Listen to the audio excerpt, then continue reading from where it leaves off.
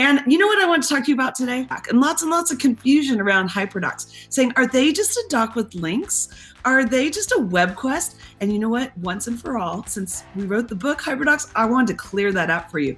So I'm going to quickly run through the difference between a multimedia text set and a HyperDoc, and then let's talk about that. So I'm going to share my screen with you and start off right away with a bunch of text. I know this is not what you want to read, but I will share this in the resources, really written out detail by detail, the case between multimedia text sets and HyperDocs and how they're different.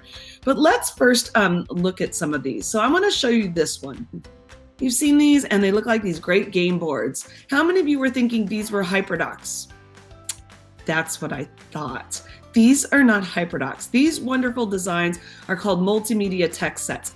The purpose we find to be so great of these multimedia text sets is to teach kids how to explore and be curious and to figure out answers to the things that they wonder about. Now we have them post their wonders, ahas, and questions here in the center. And it ends up to be this incredible collaborative piece where kids are posting their thinking. Now, as the teacher, you can look at this and you could say, you know, little quick formative assessment.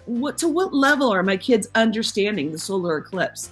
And then you could begin your lecture from there. See, this is the beginning of learning, is the exploration process. Let them explore, let them make meaning, let them post their meaning together, a collaborative site like a Padlet, and then you help them synthesize this. So often I will go through here and I will point out things like, do you see open questions and closed questions on here? And we go through that. Remember that one, Holly, right? Holly taught me about that. Sometimes I'll go through here and I'll say, oh, this is such a good point. We're going to actually talk about this today, about history and the solar eclipses. We're going to zoom in on this topic. Now, we don't give these to the kids and just let them run free. I give kids about 8 minutes to explore this, and then I move on with my in-class lesson, maybe off tech, maybe on tech. I give them 8 minutes every day. They walk in the room, they work with partners, very important, so I can hear their conversations. Gives me time to not be in front of the room. I can sit with kids and help my language learners explore the content. I could nudge my advanced students. There's a little something on here for everyone. It's really built with purpose. Now, we've actually taken this and done so much more with this. We've played around with different grade levels. So this one is for a TK2. Too many choices on there. I have a lot of teachers who are working in resource classrooms are saying it's too overwhelming for the kids. So we started making text sets that were just 4 of these. Watch, try, read, play. These are all ways for students to explore.